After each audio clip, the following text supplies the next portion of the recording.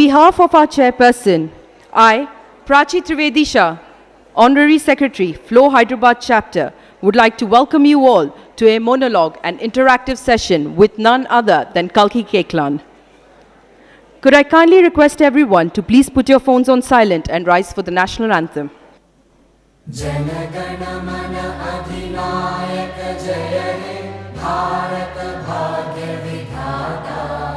पंजाब सिंध गुजरात मराठा द्राविड उत्कल बंगा विंध्य हिमाचल यमुना गंगा उच्चल जलधि तरंगा तव शुभ नामे जागे तव शुभ आशीष मांगे गाहे तव जय गाथा जन गण मंगलदायक जय हे भारत भाग्य विधाता जय हे जय हे जय हे जय जय जय जय हे.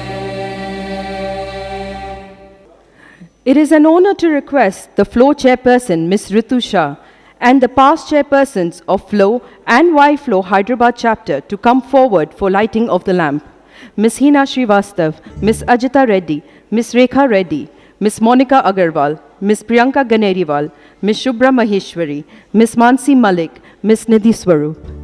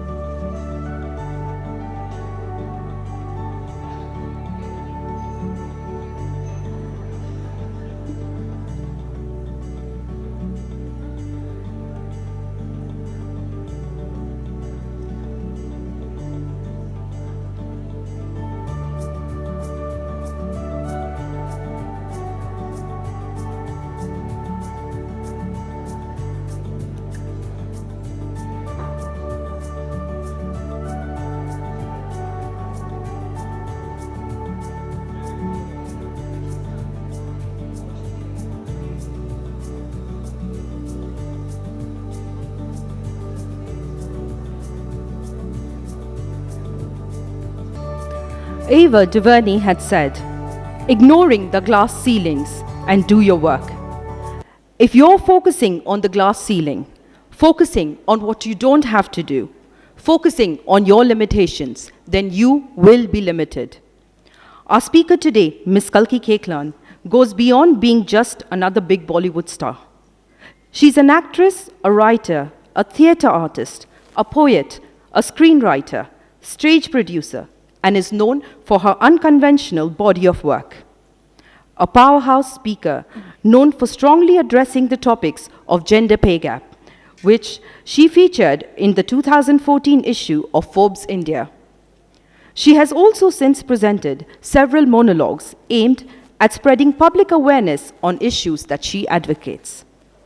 She is a mother who believes in leaving the world a little better than it was found. She is a supporter of animal rights and adopting eco-friendly and sustainable lifestyle. Our session today is a powerful expression by Ms. KALKI KOECHLIN, Truths of Womenhood. Today's session will begin with a monologue followed by an interactive session. Thank you.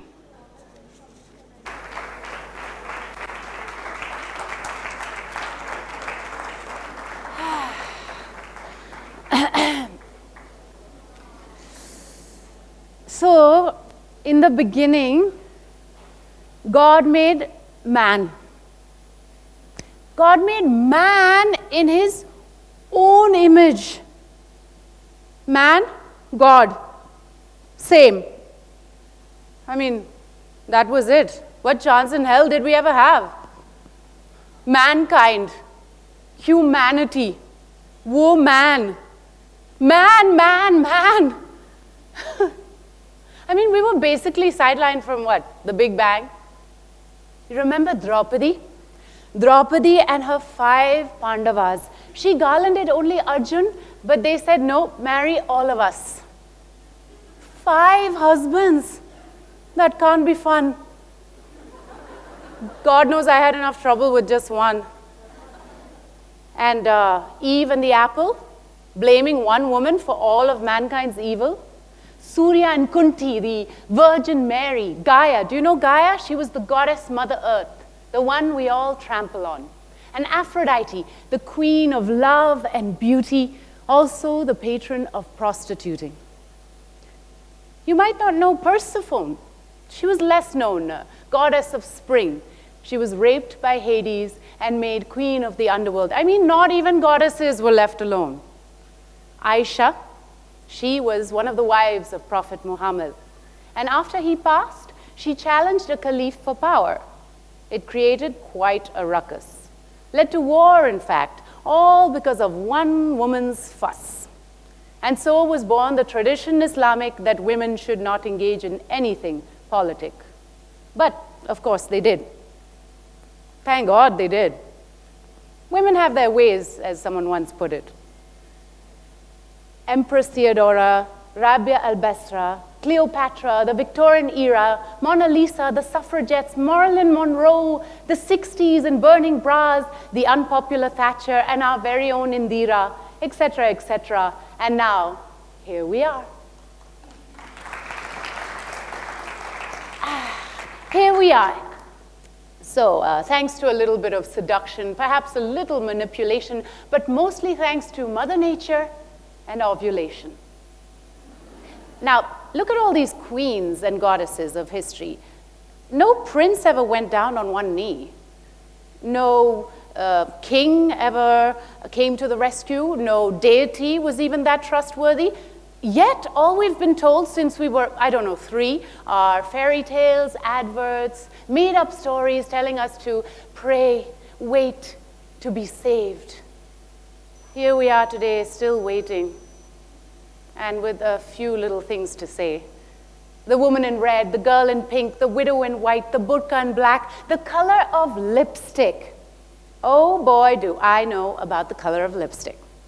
Viva Glam, Lady Danger, Fresh Brew, Faux, Frenzy, Hot Gossip, Sweetie, Ramblin', Sis, Creme Cup, Paramount, Modesty, Fetish, Spice It Up, Naked Peri, Honey Love, Odyssey. Apply, line, smack, seal, pout, and you're ready to go out.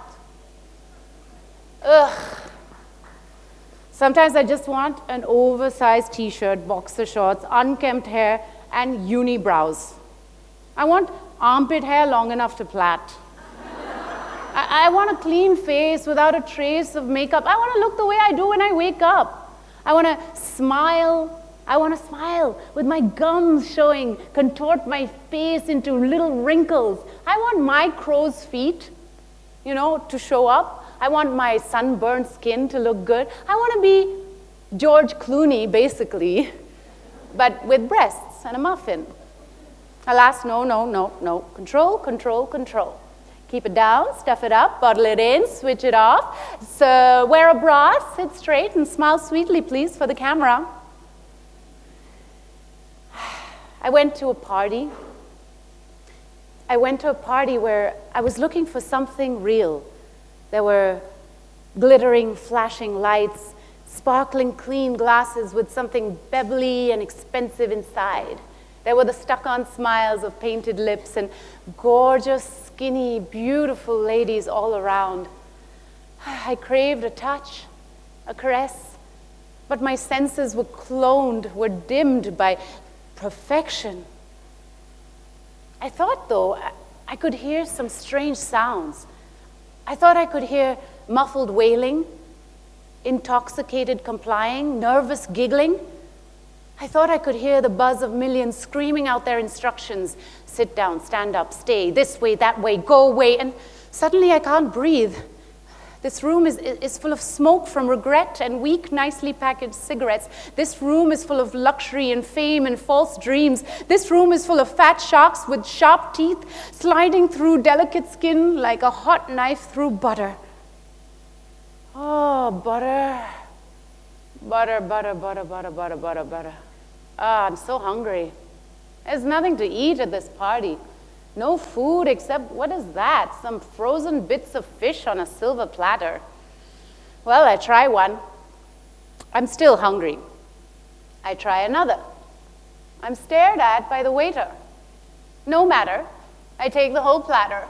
I totter off to my little corner, sit next to an old man, and start to eat from my platter. I'm stared at by the latter. No matter. I continue to eat from my platter. I finish my whole platter. I wipe the KALKI, I wipe all those crowns. Oh my God, what's the matter? What are you all looking at?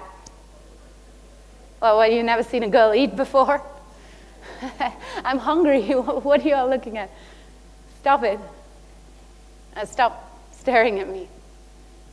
No, I'm serious. Is there something wrong with me? Is there something on my face? I don't know. Why are you all staring at me? You, stop looking at me. I said stop looking at me. Are you deaf? What's wrong with you? Can you stop it? You're driving me completely crazy. Stop looking at me. I'm just a little dizzy. You know, it's that bubbly stuff they gave me. It's making me all dizzy and spinny. I gotta get out of here. I'm spinning and bumping into everything, spinning and bumping into furniture and things, spinning and bumping into practically everything, through shiny lies, past living ghosts, ramming right into anger and wastefulness and endless sleepless nights, half-dead daylights. I'm bumping into violent bumps of losing loved ones, losing innocence, losing looks, just losing. I'm hungry. I'm starving for something real, something tangled and fragile and imperfect, yes, but something like me. I'm starving to be me. Okay, what am I complaining about? I mean, what right do I have to complain? I have money, friends, and fame. I'm not 15 and married. I'm not a little girl who's been lied to that she is a woman. I'm not a little girl who's been made mother before she's had time to play. I'm not a little girl who's been raped before she's been kissed, who's been told that this is all she has. Does she even dream when her husband enters her? Is it Shah Rukh Khan she tries to see? Does she ever feel sexy? I don't know. What I do know is this is her job, 24/7, 7 days a week, 0 pay, just get through each day. You think she cares about freedom, rights, politics, religion? She's 15. She cares about food and what her neighbors say. Politics and religion, on the other hand, are for the wealthier, the luckier. And in our land, politics and religion can be an enviable career. So, your religion tells you to cover up. Your religion tells you to shave your head. Your religion tells you to be meek, keep your eyes lowered, keep having children, keep your mouth shut. What if your religion told you to hate the other? What if your religion told you to burn alive on a funeral pyre? What if your religion told you to do whatever you felt like? Spit, scream, gossip, fight, make noise, pollute, marry a child, perform an honor killing, rape, torture, discriminate, keep locked up, keep submissive, keep uneducated, keep under your control. Does God have a say in your religion? Has God become a politician? Dear men, dear powerful men, I know you care about women.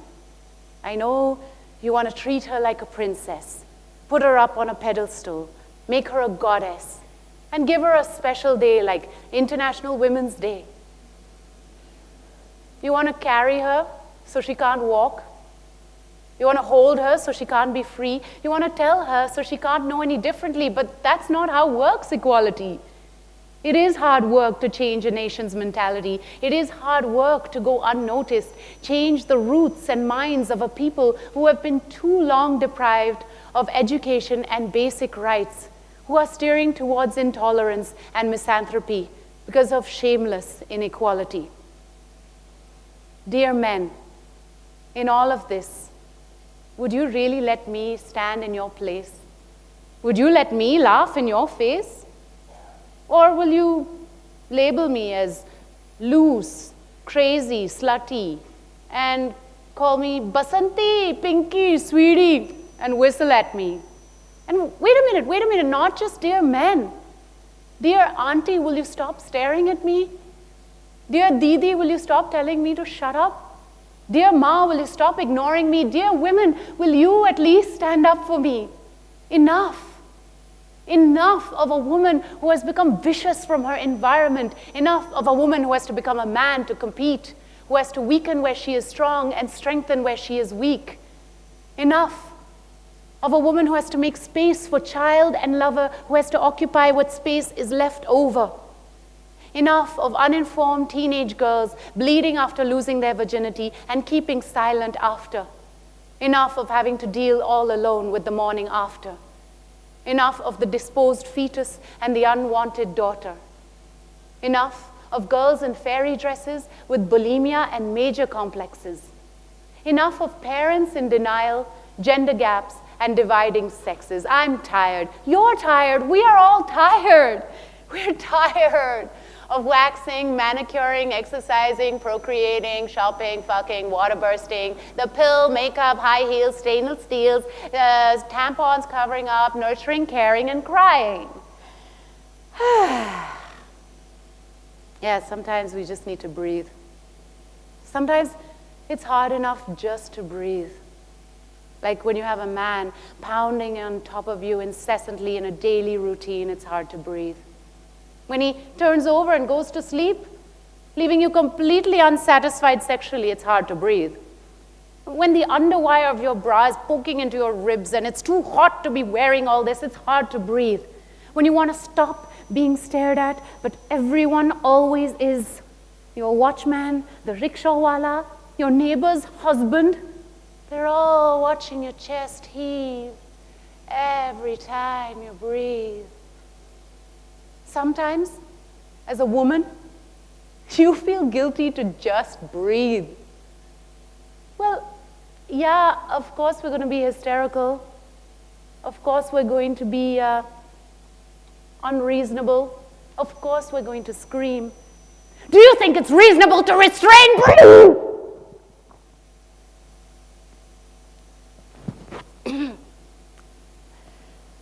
Hello. Namaste. Salam. I am a Hindu, a Muslim, a Christian, a Buddhist, a Sikh, and an atheist. I am 20, 30, 40, and 50. I am divorced, single, married, and half the country. I am a wife, a daughter, a mother, and a prostitute. I am a stereotype, a trophy, and a prisoner of patriarchy. I am a woman in Indian society, and I am not yet free. And you know what? Forget about all of that for a moment and just look at me. Really, just look at me. I mean, look beyond the celebrity. You know, I don't always do or say the right things perfectly. So look beyond all of that. Look at me. Look beyond my body. Look into my eyes. And look at what you're seeing. You're seeing another human being. You're seeing another you in me. And that is all we need to grow up understanding to make ours a better society.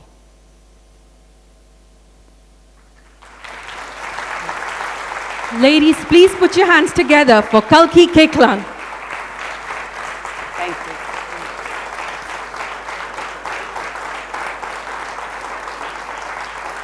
Thank you so much. Thank you. Thank you, KALKI, for that powerful, powerful monologue, shedding light on what we as women live with on a daily basis and yet are too afraid to speak. Amanda Gorman had said, "Hear me as a woman, have me as your sister. On purpled battlefield, breaking day, so I might say our victory is just beginning. See me as change, say I am the movement, that I am the year, and that I am the era of the women." Let us take a look together at the months gone by and see how we, at Flow Hyderabad chapter, have created an impact together to inspire and nurture entrepreneurial and professional spirit through networking, education, and training, making women more employable and absorbable in the market. Could I have the video, please?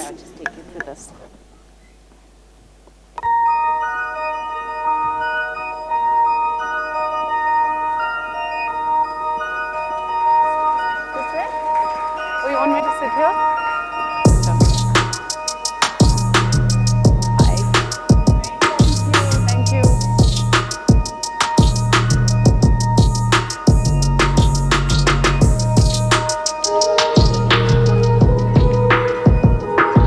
ये पीछे से जाके देते उधर और table पे रखते हैं।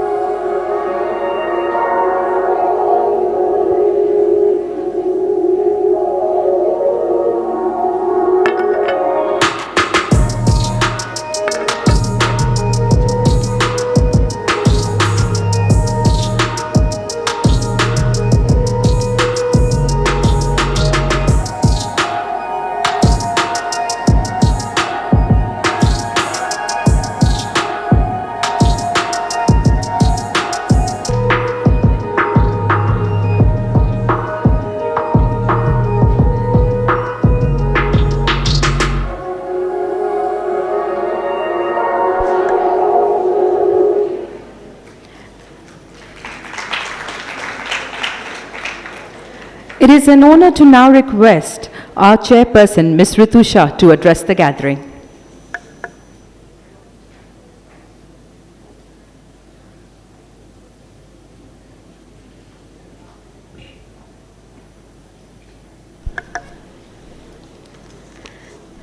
A very good afternoon to all the empowered women present here today.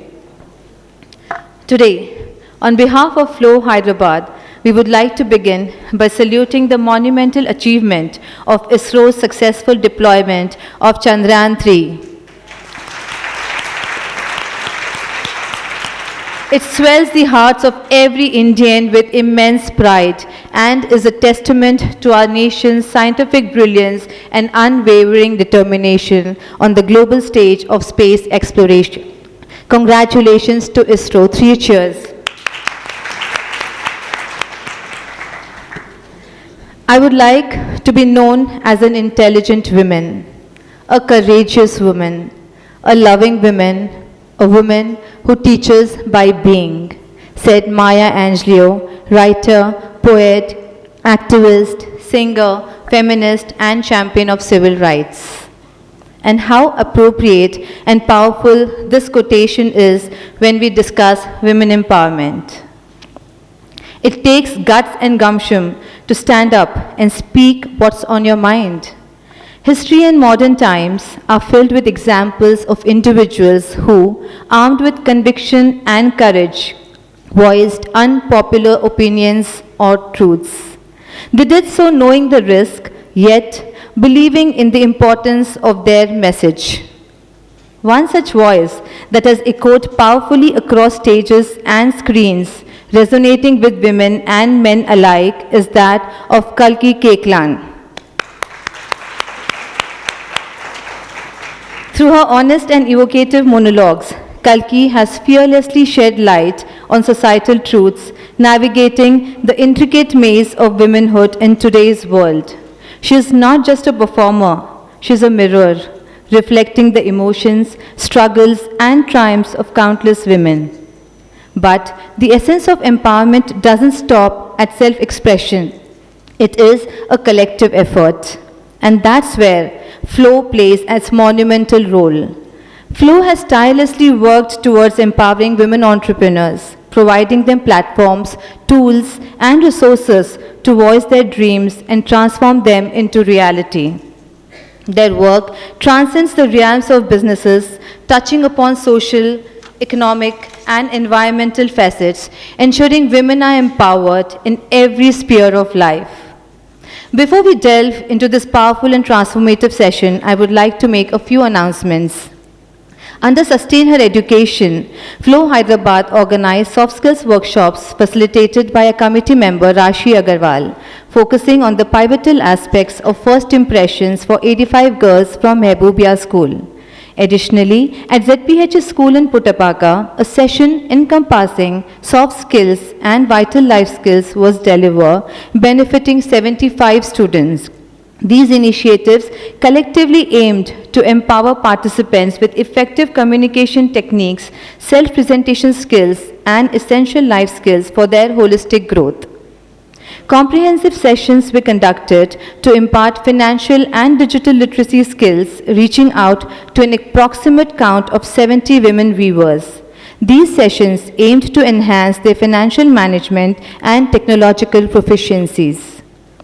As part of our Sustain Her Health, we have facilitated the installation of 46 vending machines, 9 incinerators, and distributed over 28,000 sanitary napkins to various government schools and offices in the past 5 months, impacting 9,000 plus women and children.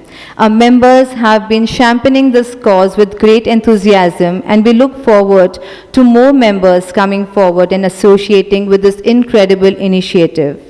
The 5th round of interviews organized by a membership team recently led to the induction of 21 fresh members into our expanding Flow family.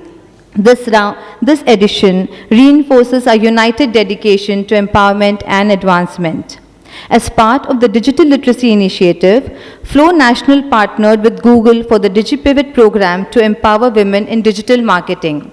After a competitive selection, 7 Flow members from our Pan-India chapters were chosen for the intensive online training by ISB faculty and mentors from Google, HUL, and Avatar Group.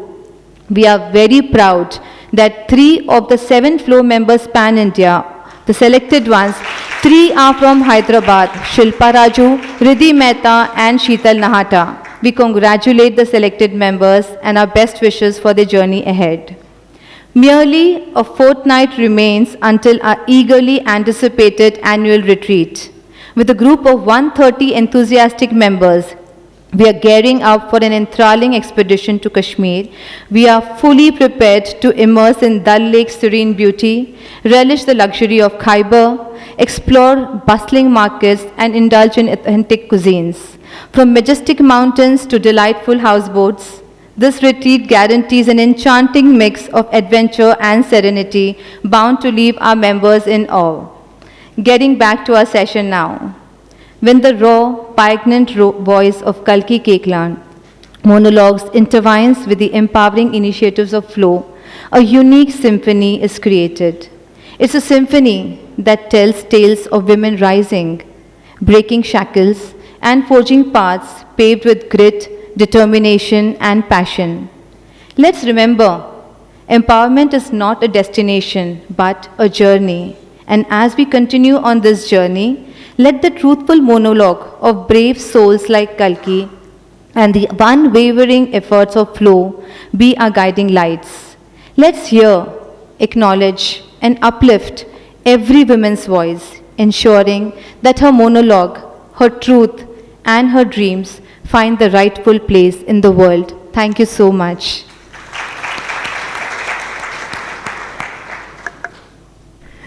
It is an honor to request our Flow and Y-Flow past chairpersons to join our speaker and our chairperson, Ms. Ritusha, for photographs. Could I kindly invite Ms. Hina Srivastav, Ms. Ajita Reddy, Ms. Vani Subhash, Ms. Rekha Reddy, Ms. Monica Agarwal, Ms. Priyanka Ganeriwal, Ms. Usha Rani Manne, Ms. Shubhra Maheshwari, Ms. Mansi Malik, and Ms. Nidhi Swarup.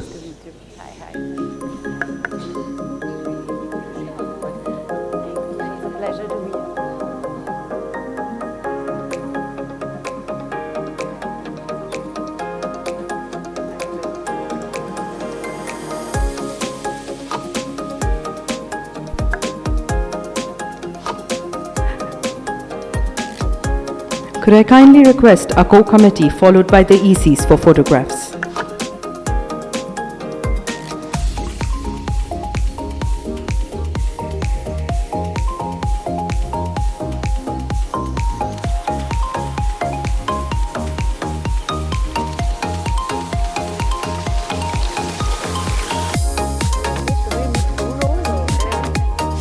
I think maybe the young. I will be, no, please, I'm young and able, I want to consider myself young and able.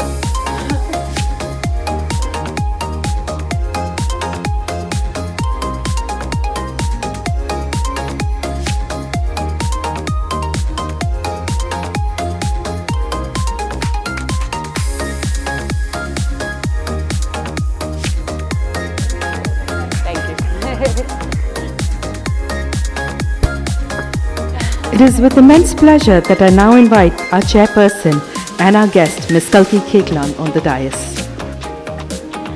Could I kindly welcome our chairperson, Ms. Ritusha, to felicitate our guest.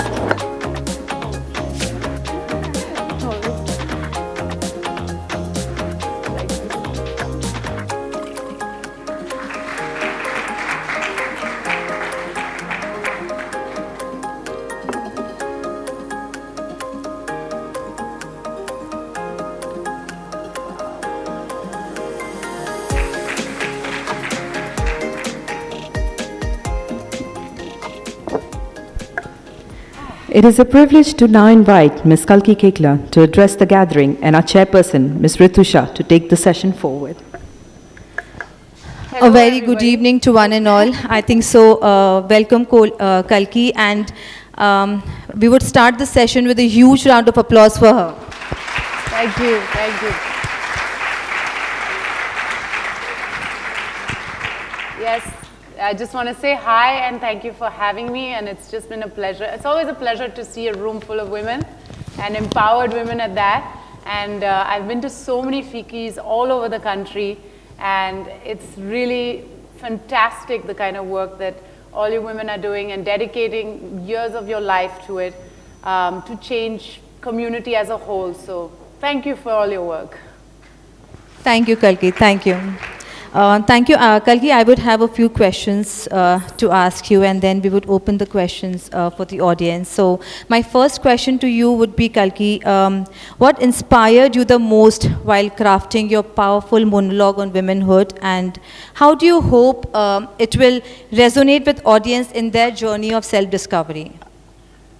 You know, I think whatever inspires me the most is usually what also makes me the most, struggle the most. You know, when you are challenged to have a voice, when you find that you don't have the answer, that's when I start trying to articulate myself, write it down, find a reason why it makes me angry or upset. So it always stems from that. And I think all my pieces come from a personal place and then move into the more community-oriented, society-oriented thoughts. But it always starts with something that, you know, niggles at you inside and says, why? Why is this like this? Why can't I change this? So yeah, it starts from there. So I think so they are all very powerful voices which you have, in fact, they resonate with you and you felt them and you're writing them also, correct? That's right, I write them, and yeah, I'm always working on whatever is new in my life right now. Motherhood is new, and you know, that has brought a whole new perspective on, you know, the patriarchy and how women today are expected to be super moms, where we have to take care of everything domestically as well as take care of our careers. And yeah, it's too much, and we need the systems in society to support that. Very well, I agree to that, Kalki. Kalki, could you share a pivotal moment in your career that reinforced your commitment to using your platform as an artist to challenge norms and probably advocate for social change and for women empowerment? You want a particular example, or you? Yeah, probably one or two examples which, you know, guided you towards taking this up. Like I said, because it comes from a personal space, so the most recent piece I've done is called I'm Okay, and it's actually about I'm not okay. And the fact that, you know, women often go through this early phase of motherhood and just kind of deal with all of it, but don't really talk about how difficult it is, and we're supposed to gloss over it and say how beautiful motherhood is, and there's no doubt that it's wonderful, and I love, and every moment I'm away from my girl, I want to run back to her. But there's also so many expectations to be perfect. And I think more and more what I'm realizing with my daughter is telling her what to do, especially now that she's almost 4, doesn't work. They don't listen to what you tell them to do. What they do is they copy you. So who you are will be who your daughter is. If you are an independent, empowered woman, she will be one too. And so we need to also make space for the mothers, you know, in the world who are giving up everything for their kids. And remember that they need that space as well. And so many things can start just structurally in terms of, you know, for example, fighting for paternity leave. Just the idea that our partners, our husbands are as much a part of raising our children. And I think these things structurally are not in place. When sometimes I'm away, I have, for example, I was in Munich just now, and I went to the women's bathroom, and there was a man there because he had a 3-year-old girl, and he was traveling alone, and he needed to take her to the bathroom. Why is it that a father can't take his child to the bathroom? Because we don't have those provisions. And that is structurally showing that, oh, women are responsible for the children. So, you know, I feel like there's so many changes still to make, and I get very passionate about, you know, how we can start talking about those, because talking about them, admitting the failures that we have around us is going to help bring about change.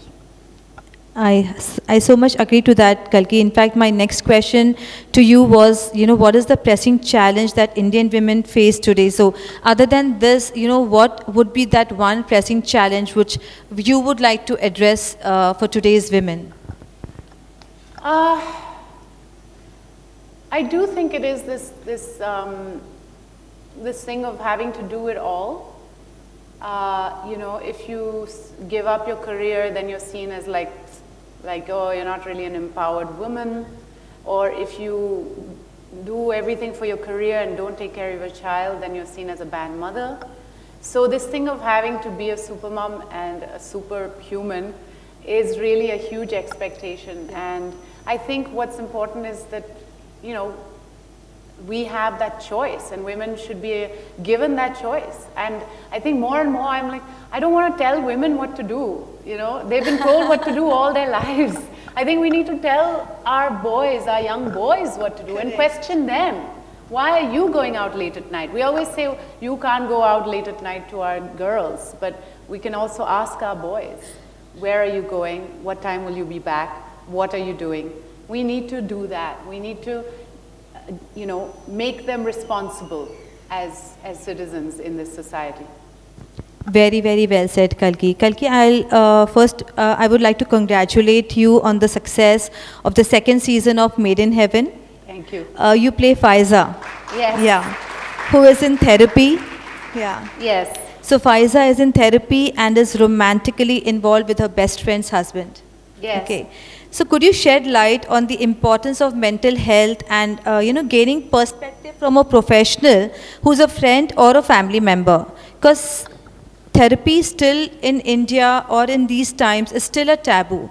You get labeled when you're going into a therapy. So, could you just stress on that?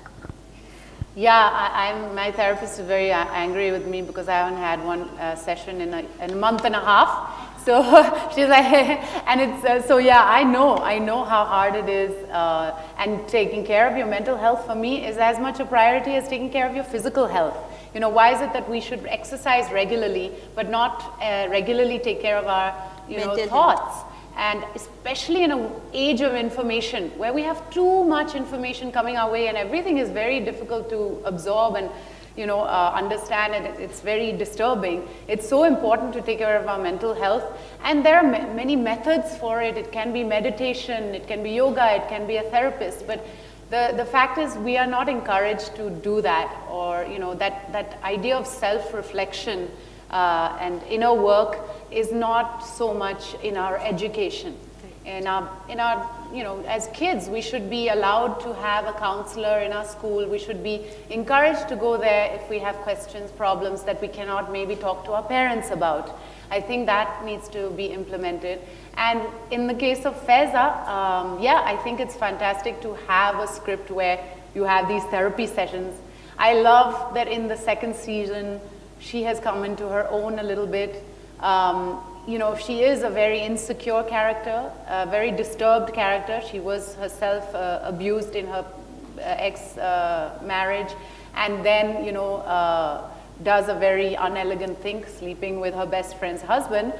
But in the second season, you see her pregnant and a new sort of courage coming into her of wanting things for herself and standing up for herself. So it is very complex, and it's lovely to be able to see those roles being written for women.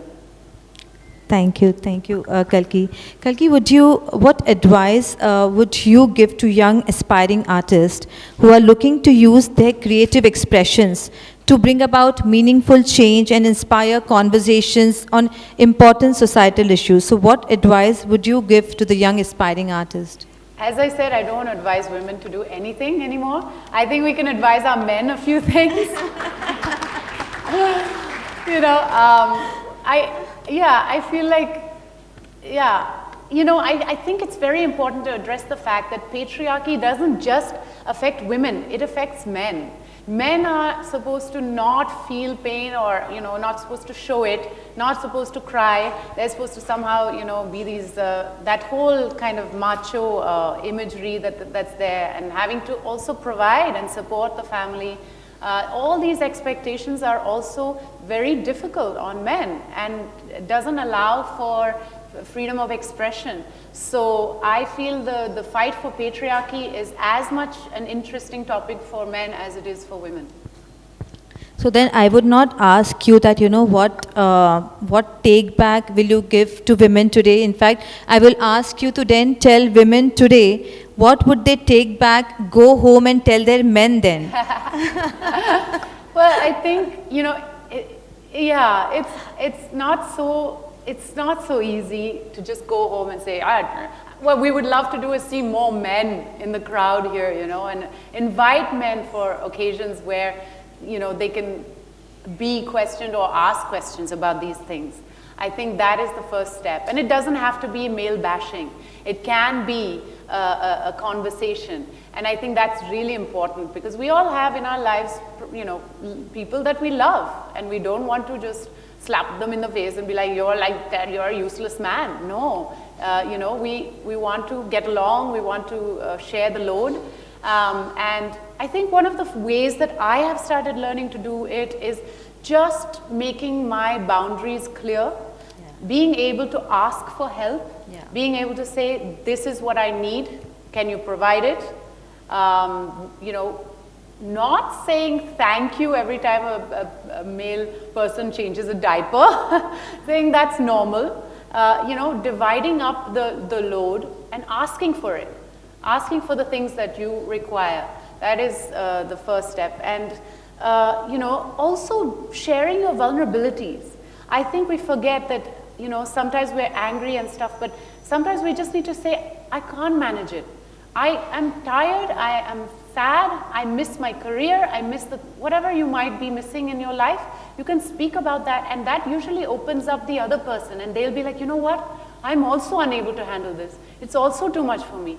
So, you know, when we share something, we again make an opportunity for the other person to share. So, yeah, it's a conversation that needs to start early with our kids, with our boys and girls, you know, allowing them to talk about their feelings from a young age. So it's okay not to be okay. Absolutely. And you need to accept that you're not okay to be able to do something about it. And it's comfortable to be uncomfortable then. Yes. Correct. I don't know if it's comfortable, but yes, you have to be uncomfortable in life sometimes. Yeah. Thank you so much, Kalki, for that conversation we had, a short one. I would now like to open the floor for the questions. Anybody who has to ask any questions is open, please.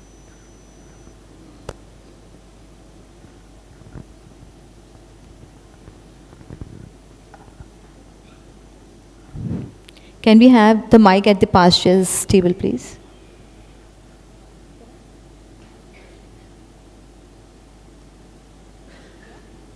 Hi Kalki, thank you for that beautiful expression in the beginning which got me goosebumps and tears both. Thank you. You've done wonderful movies right from Devdi, which was one of my favorites, to Shaitan, to Zindagi Na Mile Dobara, and each role being so different from the other. And you've played all these roles wonderfully. It was a delight to watch you. My question to you is, in today's day, when we talk about women being as intellectual and as efficient as men, of course she's gained freedom, more freedom from the women of past, but her traditional roots do haunt her to feel guilty for not doing enough for her family.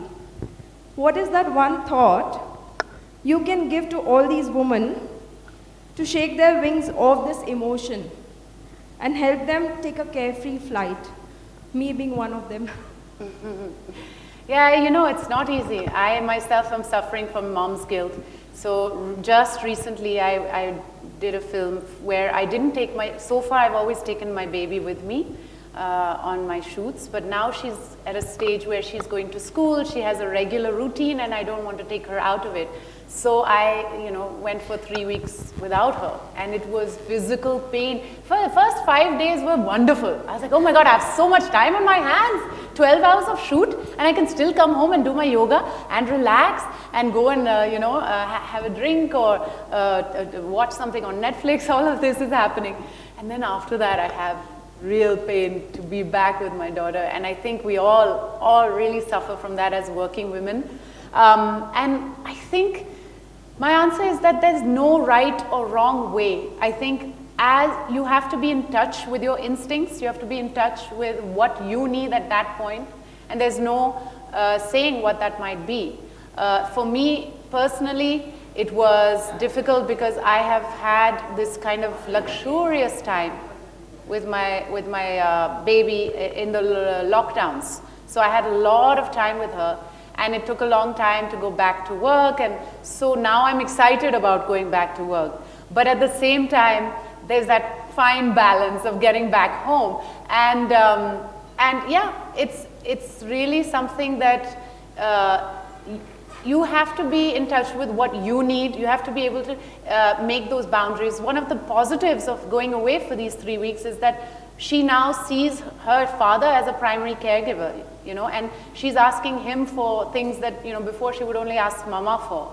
So that is, you know, sometimes we need to also trust our partners, because we're like, he doesn't know how to do her hair right. You know, she has these funky hairstyles to school now because I wasn't there. And, you know, it's okay. It's okay if he doesn't get it perfect. And they will learn as well. So allowing that responsibility, allowing that trust on somebody else will also help, because at the end of the day, nobody can do this on their own. It is a community job, raising a child. And more and more, because we're living in these isolated families and, you know, units, it's hard to do that. So we gotta ask for the help, and we gotta take it. Yes. Let me congratulate you first, because I'm so happy to know that someone has finally started speaking up on these issues which earlier we didn't have the opportunity of being a part of. Two questions here. One, are we as women, especially Indian women, not equally responsible for this patriarchal society? We have ourselves, we have to own up the responsibility for being equally part and, you know, encouraging this society. So one was your views on that, and the other one is about feminism. Are we taking it too far, or what's the balance? I know it's a very vast subject. Yes. But, whatever you. So the first question, I absolutely agree that, you know, women themselves are playing that role of, you know, questioning each other. There's all those stereotypes we see on the TV of the mother-in-law and how she behaves towards her daughter-in-law, and I think those steps, and also how we raise our boys, you know, that we mollycoddle them and that we protect them and defend them and don't ask them questions. So absolutely, it needs to start with us, because then we're the ones fighting for our rights. So if women stand up and they see, you know, they reap the benefits of it, and the more women are in places of power, in positions of power, the more the rest of society will catch up with that. So it does start with us. Secondly, what was the second question? Feminism. Feminism, yeah, dirty word, feminism, yeah, feminazi, you know, all this stuff, yeah, we have that a lot. And I just think it's a very misinterpreted word. For me, feminism is really the equality of the sexes. Feminism right now is very necessary because we live in a patriarchal world, and if we did live in a matriarchal world where women were ruling, oh, if only, then, you know, we would need men to stand up for their rights. So I think it's the need of the hour, and you know, women are also standing up for minorities, for the LGBTQ community, and, you know, I think I am a little biased because I'm a woman, but I do think this whole thing of, you know, nurturing, and the fact that we have literally the ones who are continuing the species forward. We have a sort of biological kind of, I don't know, I call it like a tiger spirit of protecting the environment around us, because we want that. I mean, biology wants us to continue to survive on this planet. So, you know, encouraging the primary caregivers to be men as well will help them be in touch with that absolute necessity to take care of our environment in order to have a sustainable future in this world. Yeah, hi. Here, this last side. Kalki here last. Yes, yeah, hi. Oh, your monologue was mind-blowing, and you've created a different kind of atmosphere here. I'm sure you know Kalki is a Hindu incarnation of Vishnu Lord, right? So you make the difference. Kalki has a connection of French and Puducherry Indian connection, right? So just want to know, how was your childhood and why acting, and how do you handle the male-dominated society around you? Okay, many questions there. I was born in a small village called Periyamudalya Chavadi. My skin is white, but my heart is brown. My parents are of French origin, but they came here in the 70s. They actually met in Pondicherry at the Aurobindo Ashram, and I was born there. I went to a very sort of Christian boarding school in the Nilgiris in South India. I grew up speaking French and Tamil before I spoke English or Hindi. And, you know, I've had, in some ways, a very lucky sort of exposure to everything. You know, on the one hand, I have, you know, all my friends were Indian. I grew up with Indian environments, and on the other hand, I also have this French family connection, and it just allowed me to be able to go between the two. And I think I quickly learned to like transform, you know. So if I was in a French environment or a Tamil environment or, you know, an English environment, I learned to speak differently, be differently, and I think that play started at a young age. So that's one of the reasons I think I'm an actor. And the other reason I think is, I remember when I was young, I was really into fairies, obviously, like a lot of girls. And I saw this Spielberg film called Hook, which is on, you know, Peter Pan. And in there, Julia Roberts plays the fairy Tinkerbell. And up till now, in my ripe old age of 9 years, I had seen fairies as these very beautiful, ethereal, long, blonde-haired, light, you know, skipping, daintily kind of creatures that I could never be. But then came Julia Roberts with like this boy cut and shorts, and she was like a firefly from hell, breaking things everywhere. And I was like, oh, this can be a fairy too?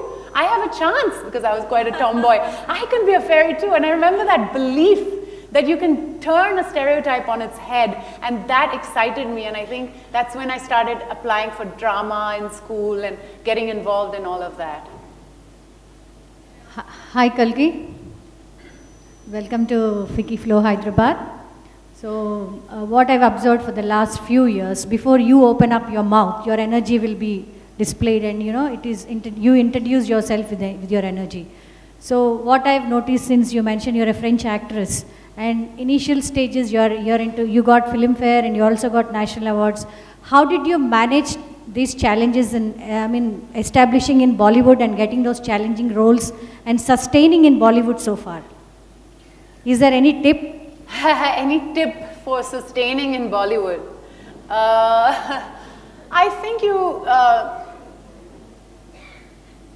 I think for me, I'm an artist, and I have to find a way to keep expressing. That medium might keep changing, and it is changing. God knows if we'll be replaced by AI on screen soon, you know, so it has to keep evolving, keep changing. I also have a podcast, I do theater, I wrote a book, The Elephant in the Womb. So you know, it happened because of circumstances. I didn't have work for 1.5 years because of COVID lockdown, and I had a new baby. And so that time was taken to writing. So allowing, even in a time of, you know, expected motherhood, where you're really, really taking care of your child 24/7. I mean, I was breastfeeding, I was staying up at nights. Even then, I, along with my partner, made a joint effort to shut the door for 2 hours a day and say, it doesn't matter what's going on with my baby, somebody else is taking care of my baby, I'm fine, I have people to take care of my baby, but for 2 hours a day, I will give myself. I will give it for me. And that creates a space, and it's, Virginia Woolf talks about a room of one's own. Yeah, a room of one's own, and the idea that you need your own space, whatever, in whichever way that you can fight for that. And of course, it's different for each of us, depending on our privilege and our circumstances in society. But that is where it begins.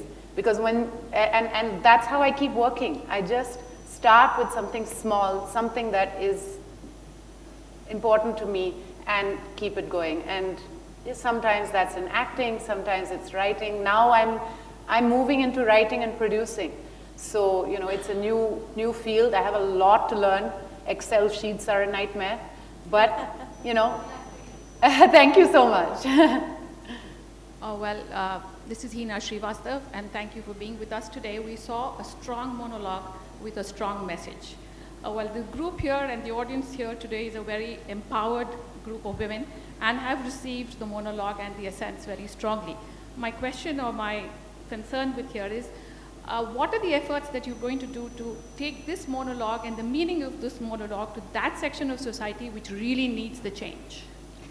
Yes. Is there any effort that you're doing to take that meaning to that strata of society, that women that needs to stand up, that needs to change? So in this particular case, no, because this is a monologue in English. It's written with a certain rhythm in English.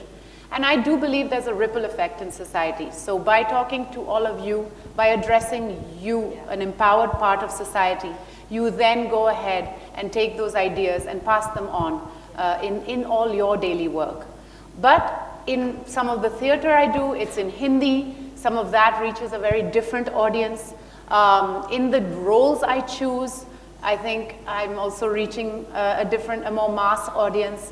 And also very simply at back home, what you empower your domestic help with, how you treat them. I mean, there's still so much we need to do in our country in terms of implementing policies towards our domestic help. When you hear terrible things, I read an article yesterday about the feminine hygiene of our working domestic help, who was not allowed to use the washroom of their bosses or where they work for a full 8 hours, and they have to hold their thing in. So I just feel like that's just so far from where we need to be as a society, that we need to, in my own home, asking for what my maid requires, what my nanny requires, allowing them the same kind of days off that we require. If you have a weekly time, why is this person working 24/7? So starting to give those examples that you do have your free time. I remember I employed a full-time nanny, 24/7 nanny. I don't have anymore, but at that time she was like, she had Sundays off, and she said, but I'm just living with you. मैं तो काम करूँगी, मैं इधर ही हूँ. And I said, no. You can do something. You can do what you want. Maybe if you want, are you interested in something? Would you like to exercise? Would you like to join a club? And I started giving her options. Because why can't that strata of society have those desires too? So starting at home, empowering the women who work around us will also have an effect on others around us.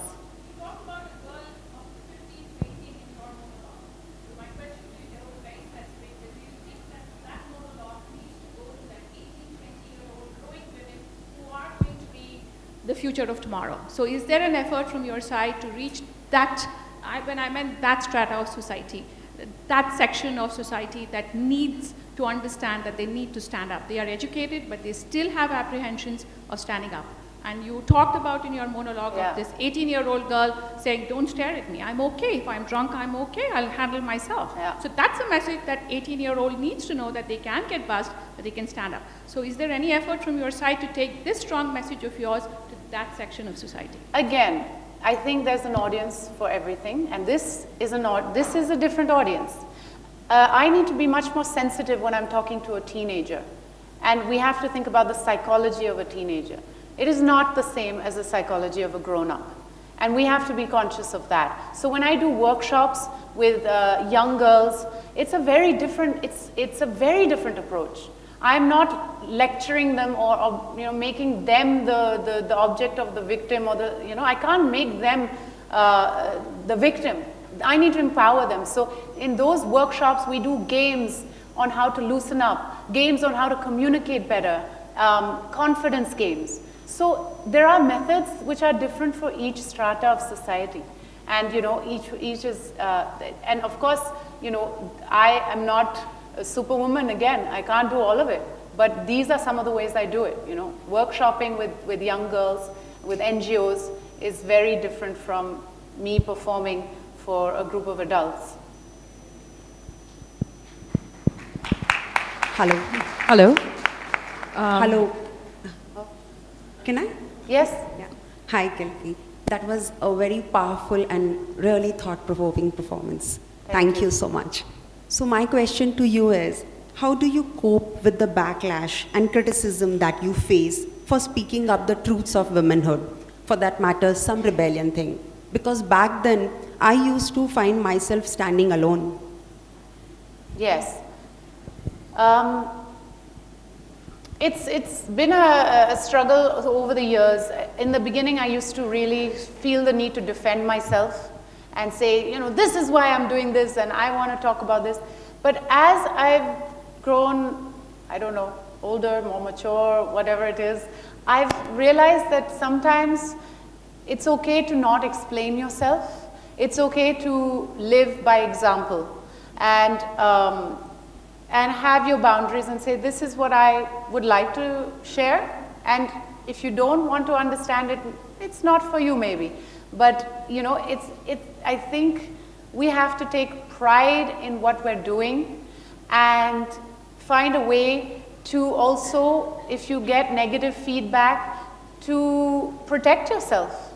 Because if you want to keep doing this work, you can't be hearing everybody putting you down all the time. So I don't read comments, I don't read trolls. I've stopped doing that. I block somebody who's abusive with their language.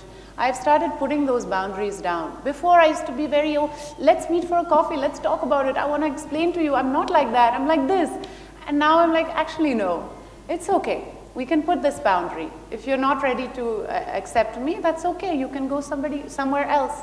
But you know, there's still enough work being done. There's still enough of an audiences and community. You know, my sisterhood, my group of friends. I have a group of girlfriends on WhatsApp that I can really like communicate these things to. Keeping that community strong is also a great, you know, staying in touch with women. More and more, as a mother, now I've got a whole new community of young mothers who have young toddlers.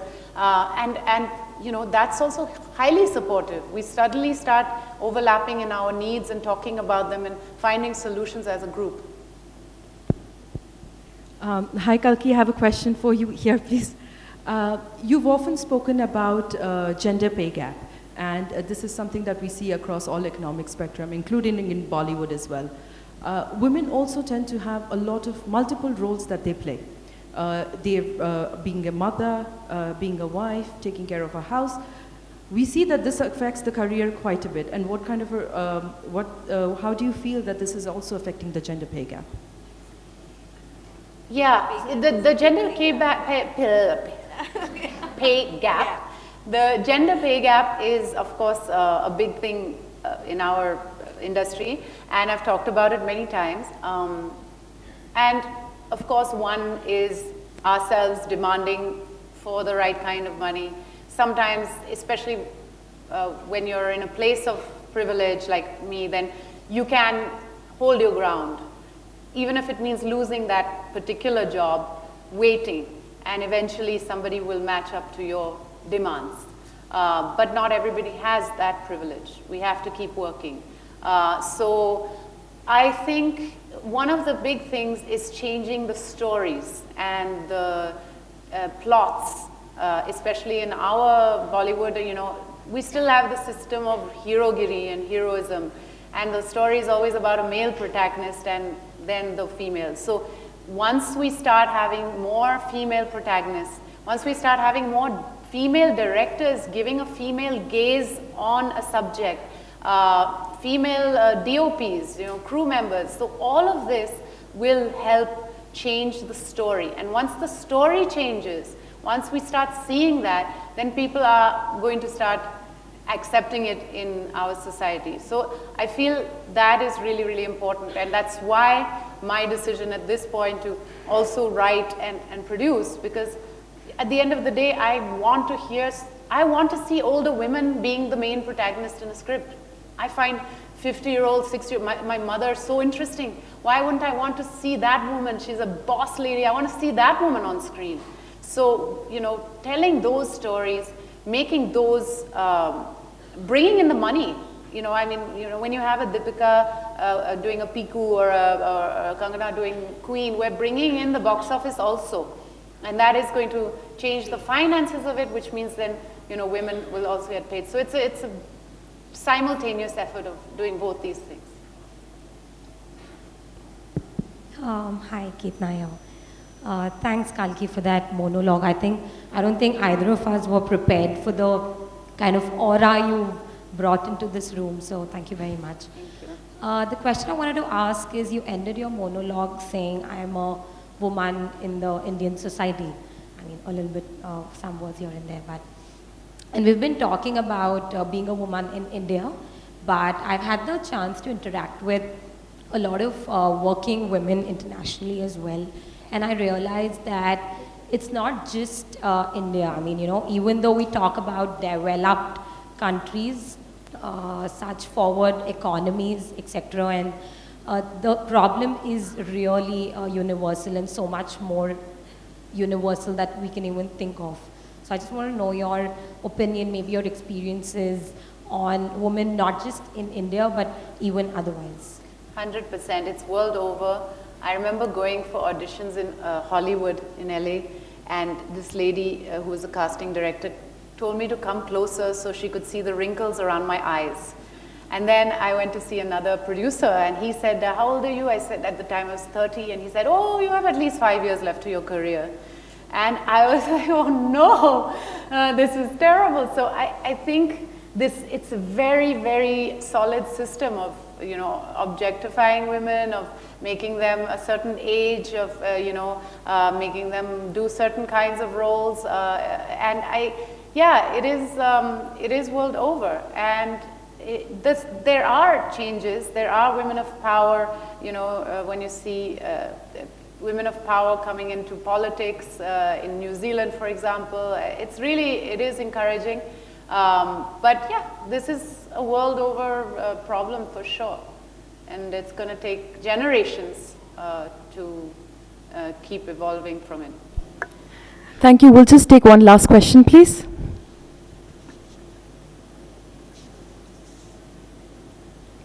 Am I audible? Hello, Kalki. Hi. So I just wanted to say that, your monologue, even though maybe it's not reaching the downtrodden or people who we really think we want to target, I would just say that, it's reaching women. And we might think that we're all empowered here, but I'm pretty sure every woman would say that, there was one point where she bawled her eyes out, no matter in which car she was, and she needed a bit more support. So I think that monologue has positively affected us. So my question is that, we come from empowered backgrounds, but then we're also bullied for that we come from a place of privilege and everything. And more often than not, you might think that it's only the other way around, but it also happens this way. And what do you suggest someone does when, they're filled with that rage, when they know that they're right, they've done nothing wrong, but they cannot even defend themselves because, then it's like, oh yeah, you are like a snob, you come from privilege, you can't take that much. That's used against you. So, what would you say to that? Yeah, it's true. There are, there is as much, I think, misogyny and trouble in higher strata of society. It's just less seen. It's well hidden. Domestic violence, abuse, things like this are very prevalent, but we don't see it in the open. And it is our responsibility to talk about it in whichever way we can. But there's also the question of fear. And many times, we're afraid to ruffle feathers, we're afraid to, upset our parents, we're afraid of, very genuine things which will affect our jobs, our lives. So how do we maneuver that? It's again, I think, boils down to finding a safe space of self-expression. Whether that starts with something as simple as writing a journal and keeping, putting your thoughts down. And what that does over time is gives you perspective. And you can look back at it, you can find patterns in it. And you can say, okay, this is a pattern I don't want to repeat. It's been repeating for 2 years. I'm going to do something about it. So it starts with something as simple as that, to finding, as I said, a community, to joining a community of people in similar circumstances who have genuine problems as well and want to find ways out of it. So I think for me, the sisterhood is so strong. tap into a community. There's always a bunch of women with things to say and opinions, and if you can tap into that, it will really empower you. Thank you so much, Kalki. It is an honor to now invite Ms. Aparna Reddy, Senior Vice Chairperson, Flow Hyderabad Chapter, to deliver the vote of thanks, and Ms. Meenakshi Nahata to present the autograph sheet.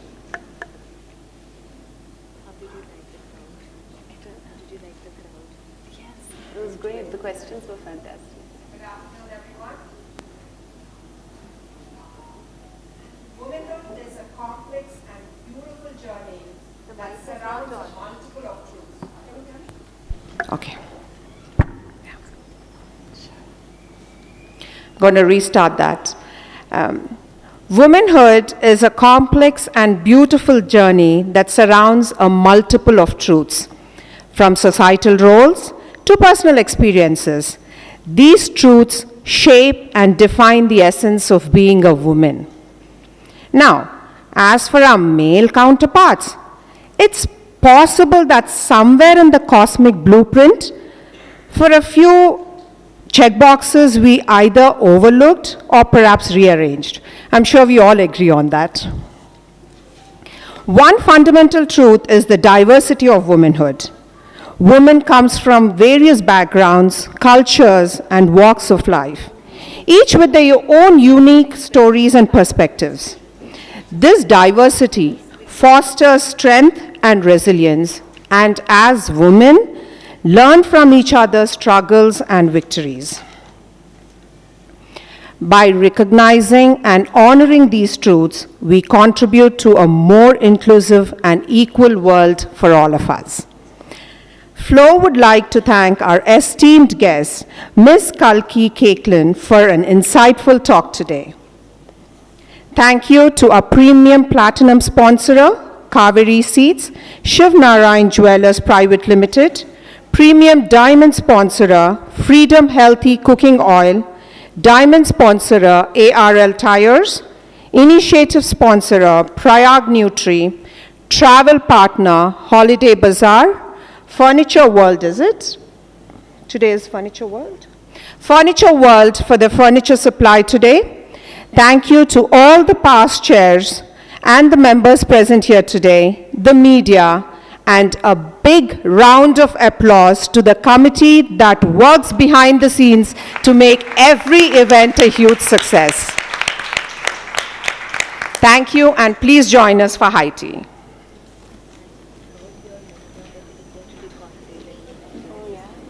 You were there? I would seen it here. Just have one picture and then Yes. leave it from here. Sure.